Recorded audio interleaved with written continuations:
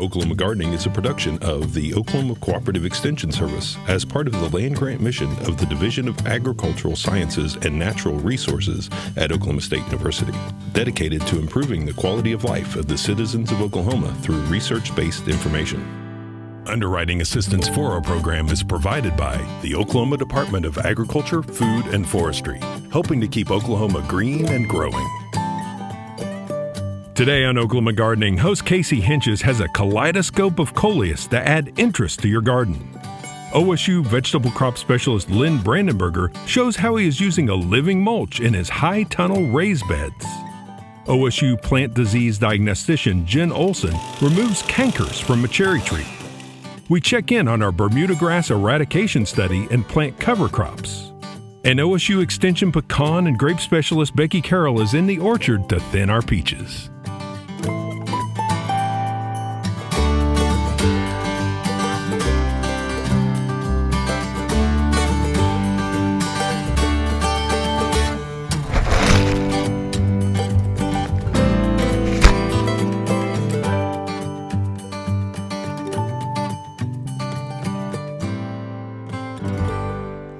Today I wanted to show you some of the coleus that we're growing here to use at the Botanic Garden at Oklahoma State University. And you can see they come in a wide arrangement of different colors. And the nice thing about coleus is you're going to get color all season long. Now they are annuals, so it's something that you're going to have to buy each spring to plant out, but they really work well in a lot of different environments, both in sun and shade. There's different coleuses that allow for different exposures. And also some of them can be stretched, and so you'll see kind of a spectrum of the colors that will come out on them or that they present. So I just want to go through some of these with you so you can see what we've got here. The first one I want to show you is called Religious Radish. And you can see it's just your really nice kind of burgundy. In some of the veins down in the middle of the leaf, you can see it's got more of kind of a lighter pink color. And then it's fringed with some green just on the edges there. It's got a nice scalloped leaf that's about 2 to 3 inches. Now this particular one is going to get to be about 1 foot to 2 feet tall and have a similar spread. Next to it here we have chocolate or ColorBlaze Chocolate Drop Coleus. And I really like this one. It almost has like a polka dot look or effect in the landscape. You can see it has a much smaller leaf to it, only about 1 inch or 1/2 inch in some of the cases. But again, it's got the margins that are green, but a really dark, almost chocolate-like center to them.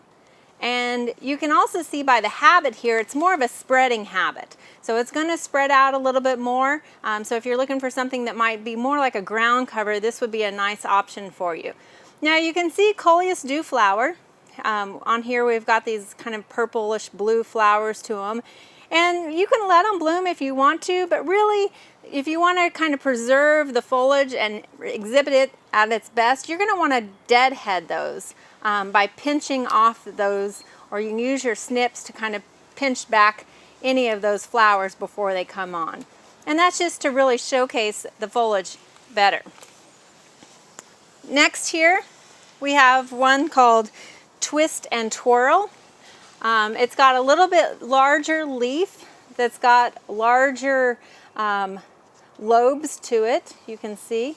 This particular one is much more burgundy, but next to it we have a very similar one, and these were both growing side by side on the bench, so you can just see the variations that you might get in this. But the leaf kind of is a little bit, has a longer petiole and tends to just really have a lot of blotchiness of the different colors. You can see there's some hot pink to it, some burgundy, and even some green to it. Of course, we might be partial to the orange coleus here, but this one is called Rustic Orange.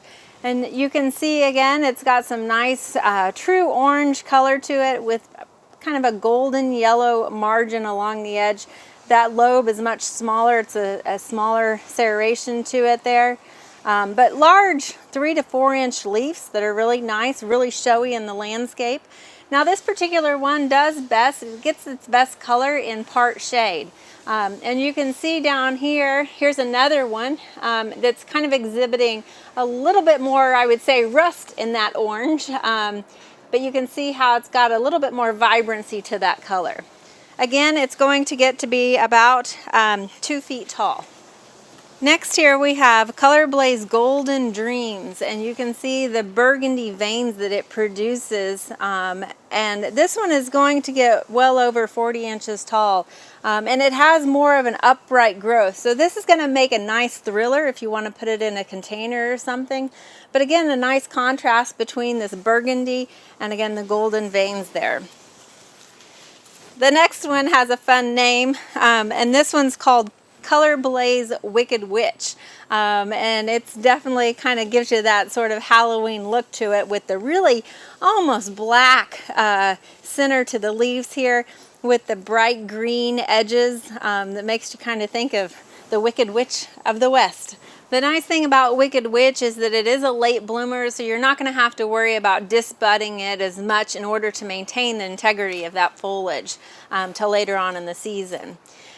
The next one here we have is called Torchlight, and you can see it got its name because it has that nice red flame right down the center of that midrib of that leaf right there. So again, a nice combination. You're going to get a different mix of colors in that. And then the next one here we have next to it is called Pink Ruffles. And what's nice about this one is you can see how it got its name. Again, Pink Ruffles, it tends to want to have the leaves curl a little bit on you. And so it exposes the underneath, the really bright pink underneath there. Now this particular one is going to get about 18 inches tall, but a nice lacy frilly addition to the garden. Next to it here, a lot of times we use sweet potato vine if we're wanting to put this chartreuse color in our landscape. But if you're looking for something that wants to be pushed more into the shade, this is called Wasabi. It's a coleus that does really well, and again, it's going to just give you that punch of color to highlight any of those shady areas that you might have. We have another orange one here that's a lovely addition, and if you've ever been to Sedona, you can see why they call this one Sedona Sunset, because it definitely has just that vibrant orange color. Again, edged with sort of that lime green on the scallops of the margins there. So again, a nice addition to your garden, and this one's going to get up to 3 feet tall. So again, they might seem small, but when you plant them, if you get them on 4-inch, they're going to need a lot of space to grow. Here we have, it's called ColorBlaze Ridiculous Coleus, and you can see it's, again, it got a nice red color to it with green margins. And last but not least, we have one called Marrakesh, and you can see some of the variations that it has depending on its sun exposure. But what's nice about this particular one is you can see how kind of compact it is, and while it's going to definitely get taller, what's nice about this is it doesn't require as much pinching in order to maintain its habit. It's actually self-branching, so it's going to naturally branch and kind of create more of a bushy appearance than what some of the other coleuses are. Now, if you have some other coleuses that tend to get leggy depending on their exposure, or maybe they're packed close together and you want to make them a little bushier, what you're going to do when we talk about pinching is really, you can see here how we have pinched previously as we've grown these. You can see there's an old scar there where it was pinched back, and now you've got two branches coming out, taking off. So if we wanted to do that again, we would come in here and just basically go right above 2 leaves and pinch that back. Again, this is going to callus over. You might do it with little snips. That probably would make that a smoother cut, but you can do it with your fingers. They're pretty hardy and they're not too hard to break apart. Now, if you've done this and you have some cuttings or some leftover pieces and you want to go ahead and root these out, they're easy to propagate. So what you would do is just kind of cut off these lower leaves, and oftentimes you can just put these in a glass of water or even some potting soil and you'll get another plant that way. So I hope this gives you some information about how to add a little more color into your garden without the flowers.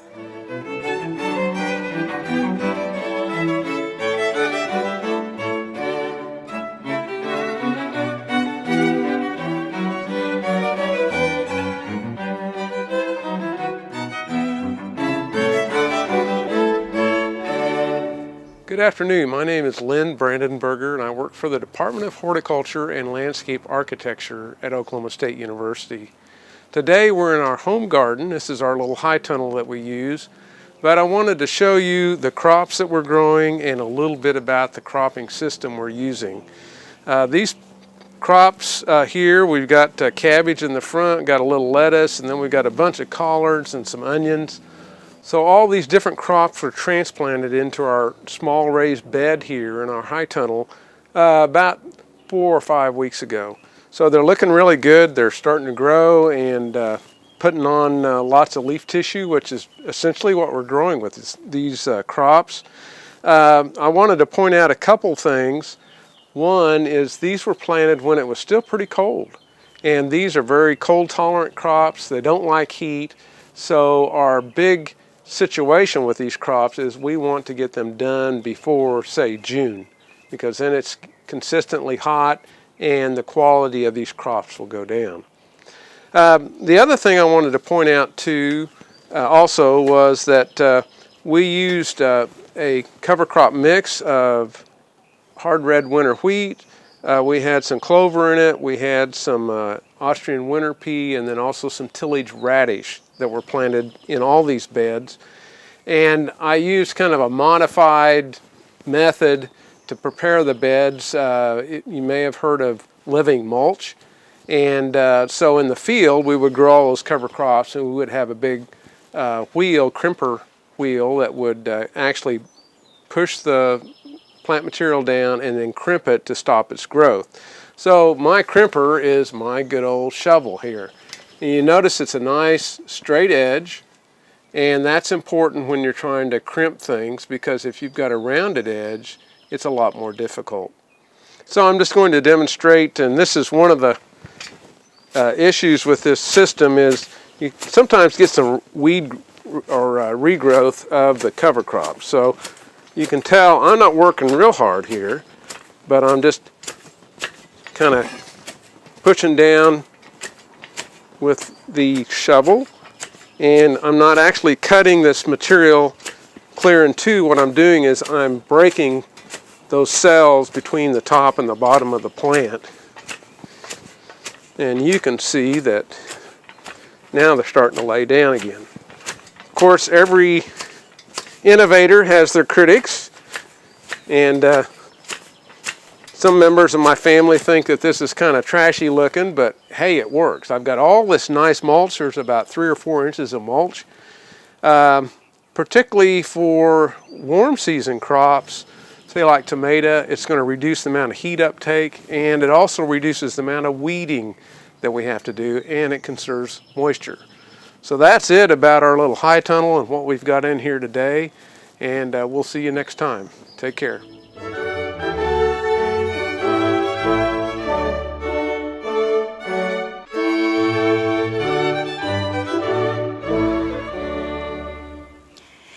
It's always a good idea to periodically check on your trees and make sure that all of the limbs are healthy and showing a good amount of foliage, and that they're not thinning or showing dieback or decline. This is a cherry tree, and I was scouting this tree earlier and noticed that this tree has evidence of what we would call a canker. A canker is where an area on the branches or stem looks different, either sunken or swollen or cracked. On this particular tree, there are a couple areas where I see this canker. Sometimes it'll just look like this, where it's broken and disturbed. You might also see evidence of mushrooms or some type of structure made by the fungus or bacteria that's causing it. Now, if we let this go, this canker is going to continue to work down this branch, and it's eventually going to get into the main scaffold branches or the trunk of the tree, and it's going to end up girdling the tree. In fact, the reason why I noticed the problem is I noticed that one of the limbs on the upper part of the trees just looked a lot thinner than it should, and I wondered why. So the recommendation, there's not a fungicide that we can spray on the surface that's going to be absorbed into this wood. So rather than trying to use a chemical to control this, we're going to control it by cutting out the damaged area. When you cut out the canker, if we just cut it right here, it's very likely this has already invaded into this next area of the limb.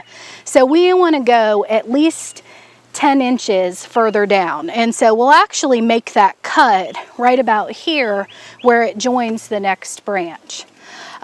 Very likely if we cut through this section, we'll find that internally this part of the tree is discolored. The reason why we're going to see the decline and dieback is that water and nutrients are not getting through because the fungus or the bacteria is in the way. There's not really a good prevention for this other than preventing injury. And unfortunately, we see a lot of storm injury from wind or hail or ice, and that's what allows pathogens the opportunity to get in. So it comes down to just scouting your trees and trying to remove the problem as early as possible.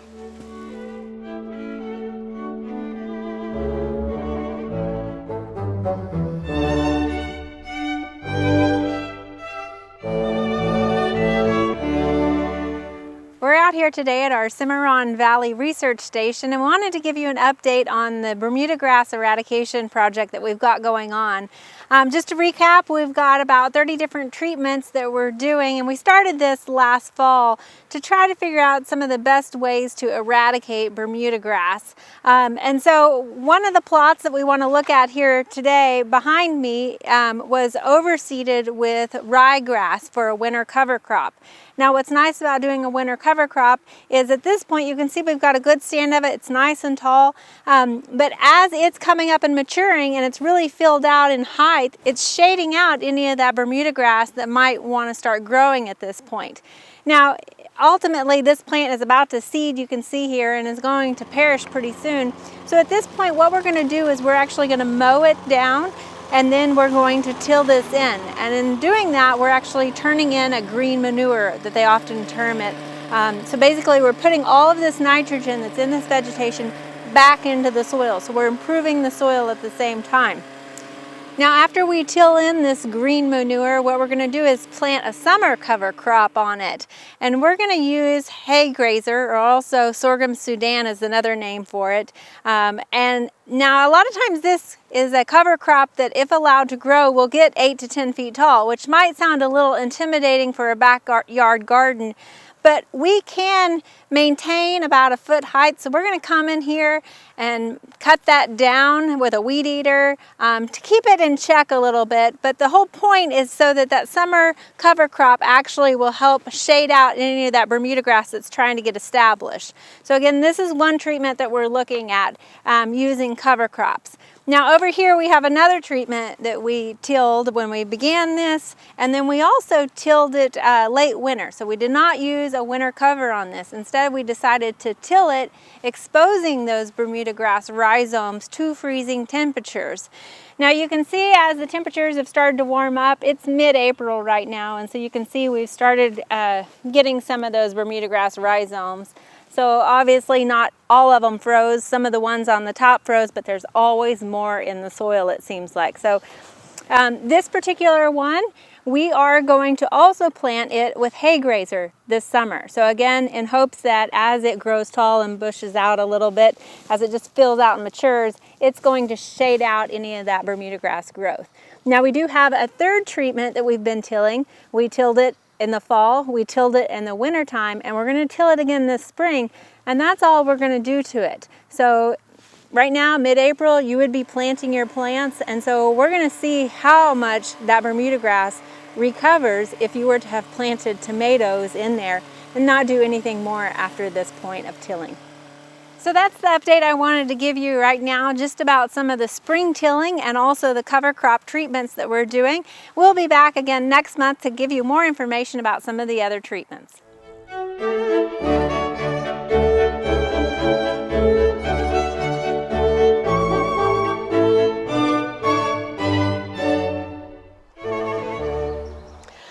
Another management that is needed to properly ripen peaches is to do crop load thinning. And so that's really difficult for most people. We don't have peaches every year due to freeze sometimes. So when we do have a year that we have lots of peaches, it's hard to remove some of those. But removing peaches is going to make larger peaches. It's going to protect our limbs from breaking, and it's going to help with the sizing and the ripening process of those fruit that are left on the tree. A peach tree can produce maybe 200 or 300 times the amount of fruit that it can actually successfully ripen.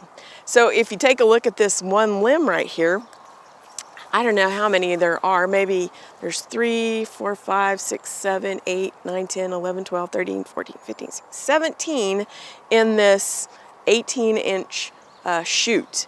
And you can see some of them are smaller. They may have flowered a little bit later. They may not have pollinated properly, but you can see this one still has the petals. It's at what we call shuck split. But here's one that is very, very tiny. This one probably didn't pollinate properly.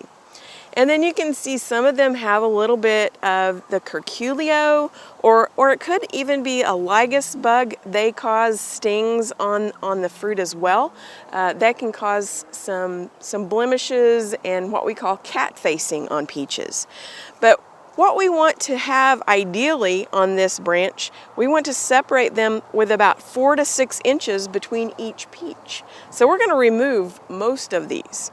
If we didn't remove any of these, this tree may go ahead and drop a lot of them anyway, but you can see it could eventually, break this limb. And if this entire tree was like that, the entire branch, the whole scaffold branch can split off, and a lot of the time they'll split all the way down to the trunk, so it can really damage the tree. Now this tree has been pruned down. We prune this one in the spring. We keep it at a height where we can reach most all of the branches on this tree. So that's really important. It's nice and open, so it has lots of good sunlight on the fruit. But we really need to go ahead and remove some of these peaches. So what I would do firstly is sometimes we have what they're called doubles, and that's usually when we're in when they're in a drought condition and the peaches don't form properly. It may have been drouthy last year and cause what we call doubles, but it's kind of like a twin peach. So take those off first, and then anything that you see like this damage on it, I would go ahead and just pick those off. It's kind of a process of elimination. So I would take some of these smaller ones off first, and then I would come back and carefully look. If you have one peach tree, you can spend a little bit of time looking at these, but it just depends on how much time you want to spend. But in this range right here, we have 3. This one has a little bit of a sting right there I can see.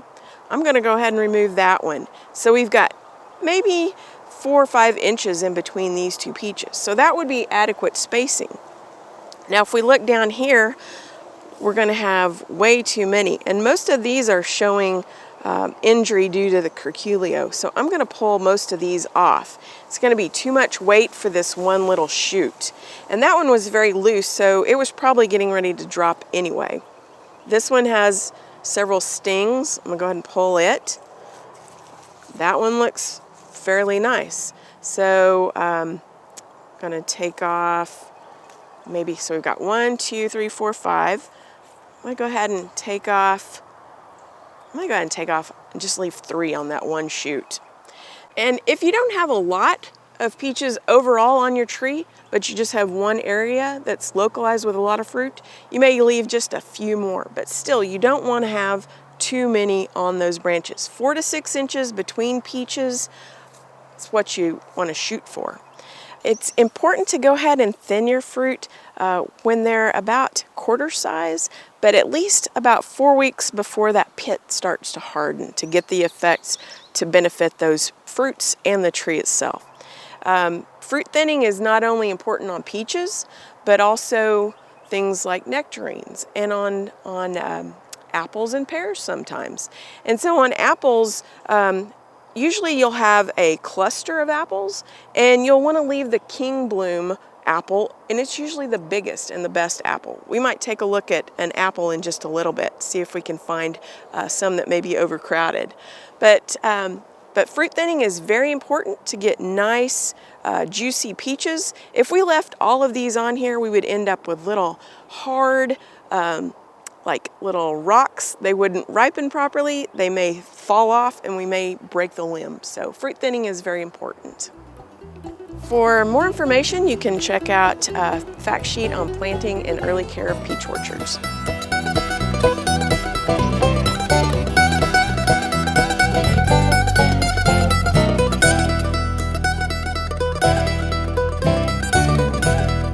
Next week, Casey revives our houseplants. We travel to Kingston, Oklahoma to build a repurposed planter with Leon Sloan. Oklahoma urban forester Mark Bays has a primer on pruning. And OSU Extension pesticide coordinator Kevin Shelton helps to keep our families safe from household chemicals while we're spending prolonged time at home. We wish you health and wellness, and we'll see you next week for more Oklahoma Gardening. To find out more information about show topics, as well as recipes, videos, articles, fact sheets, and other resources, including a directory of local extension offices, be sure and visit our website, oklahomagardening.okstate.edu. And we always have great information, answers to questions, photos, and gardening discussions on your favorite social media as well. Join in on Facebook, Twitter, and Instagram. You can find this entire show and other recent shows, as well as individual segments on our Oklahoma Gardening YouTube channel. And tune in to our OK Gardening Classics YouTube channel to watch segments from previous hosts. Oklahoma Gardening is produced by the Oklahoma Cooperative Extension Service as part of the Division of Agricultural Sciences and Natural Resources at Oklahoma State University. The Botanic Garden at OSU is home to our studio gardens, and we encourage you to come visit this beautiful Stillwater jewel. We would like to thank our generous underwriter, the Oklahoma Department of Agriculture, Food, and Forestry.